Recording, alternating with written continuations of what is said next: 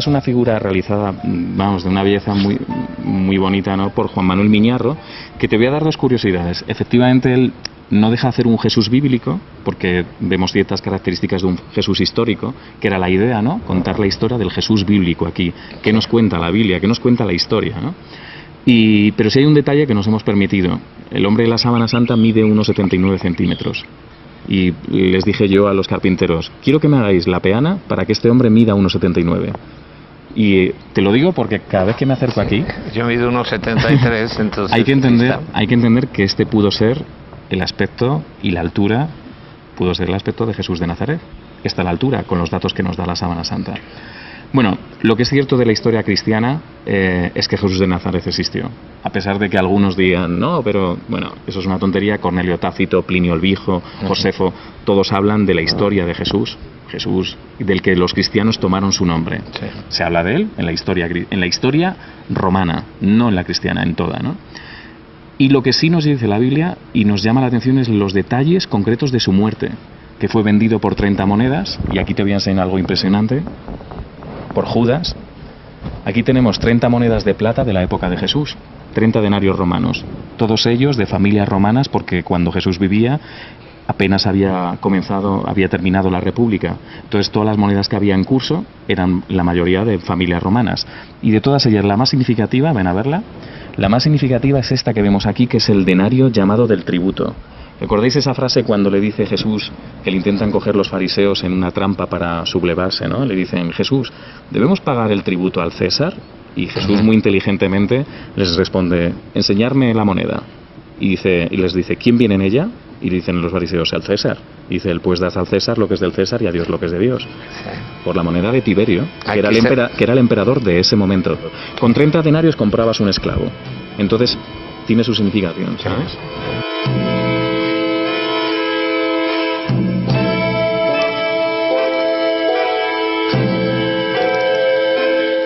Brevemente, la historia cristiana desde el punto de vista arqueológico. Cithicus jujuba, esta es la planta encontrada en Jerusalén utilizada como cardo. Si los romanos hicieron, como dice la Biblia, una corona de espinas, tuvo que ser con esta planta, con este tipo de planta, que es una planta encontrada en Jerusalén, que se llama Cithicus jujuba, espina de Cristo, y los romanos dicen trezaron una corona de espinas y se la pusieron en la cabeza. Aquí tenemos el flagrum tacitalum, se han encontrado en excavaciones y se han encontrado escritos cómo los romanos utilizaban la flagelación. Algo brutal para condenar a un hombre. Tan brutal que un romano no podía ser condenado a esta muerte, a la flagelación, solo los esclavos. Y esto es muy curioso porque en el derecho penal romano se comete un error, porque Jesús es condenado a dos condenas, la condena del flagrum y morir en la cruz.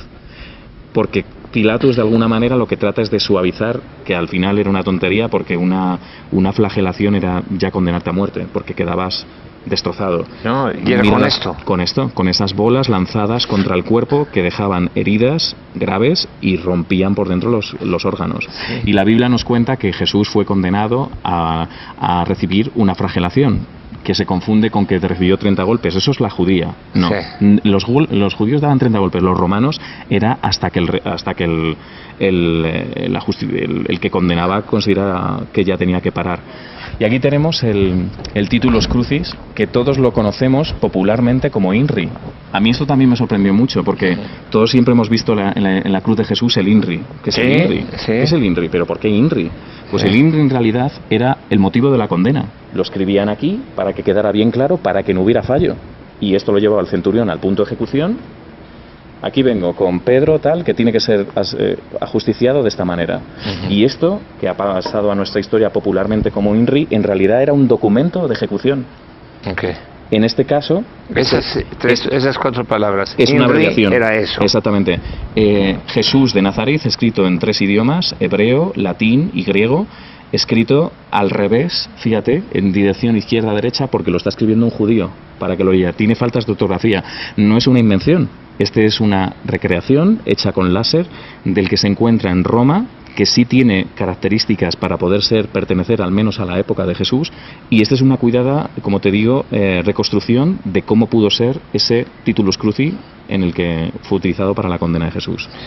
Aquí tenemos la cruz conocida popularmente, pero en realidad es el stipes y el patibulum. El stipes era lo que se colocaba en todas las ciudades al final para de alguna manera avisar de cómo ajusticiaban en esa ciudad, y el patibulum con un agujero en su centro donde tú llegabas, crucificabas a alguien, quitabas el patibulum y volvías a crucificar a otro, pero el stipes quedaba puesto en cada sitio en el mismo punto, ¿no? Y este es el No era una cruz para cada uno, ¿no? No, bueno, sería carísimo. Sí, porque uno piensa que lo crucificaron en la cruz que él traía. No. No podemos saber si él cargó una cruz de una manera simbólica, pero sí sabemos históricamente y sabemos arqueológicamente que la cruz, el stipes, estaba colocados en los puntos de ejecución y que se llegaba con el patibulum, el reo iba cargando el patibulum en la zona de atrás, lo iba cargando y cuando llegaba al sitio lo crucificaban. Me decías tú una cruz para cada uno, ni de locura. Sí. Esto era carísimo y los clavos eran reutilizados con cada preso, con cada muerto. Ajá. O sea, bueno. Hay que entender la cruz. Esto es el sille nocornum. Esto era utilizado para que el reo pudiera tener un punto de sujeción, que más que una virtud era un agravio, porque en realidad te provocaba más suplicio todavía. Los romanos no la inventaron la crucifixión, pero la perfeccionaron, ¿no? Y entonces era una muerte horrible porque lo que hacía era, te crucificaban, te subían, te clavaban unos clavos en las muñecas, tú tenías, el objetivo de la crucifixión era morir por asfixia. Y llegaba un momento en el que te asfixiabas y tenías que hacer impulsos para levantarte, pero cuando te levantabas estabas desgarrándote las manos. Entonces, imagínate cómo era la muerte. Por eso, con todo lo que hemos visto, Jesús pudo morir muy rápido. Por eso un romano le hizo la lanzada y no le hizo el crucifragium, que era romperle las piernas como le hicieron al resto para que cayeran y murieran con la asfixia, ¿no? Después la Biblia nos dice que Jesús fue pedido por José de Arimatea, le pidió el cuerpo a Pilatos y fue enterrado en su sepulcro.